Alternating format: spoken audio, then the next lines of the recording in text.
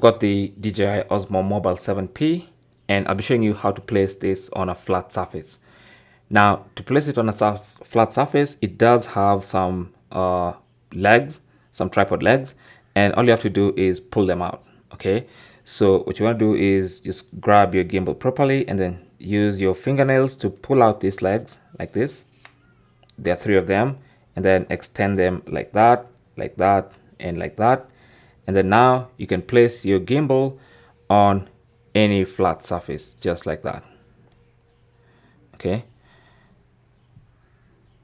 it's literally that simple. It does have its own legs. Now, this is not the most robust set of legs that you can find, and so if you have a tripod, you might want to close this and use the tripod instead. So just make sure the legs are straight, and then you want to give it a little nudge like that, and then you can now push them in, and then just grab any tripod like this one. So this is a tripod from Ulanzi. You can see it has longer legs, it's more stable, it works very well. Now this is going to have a 1/4 inch screw here, and on the gimbal you do have a 1/4 inch socket, and all you have to do is place it like this and then screw it on. Okay, so just rotate it like that and just screw it on until it's firm like that.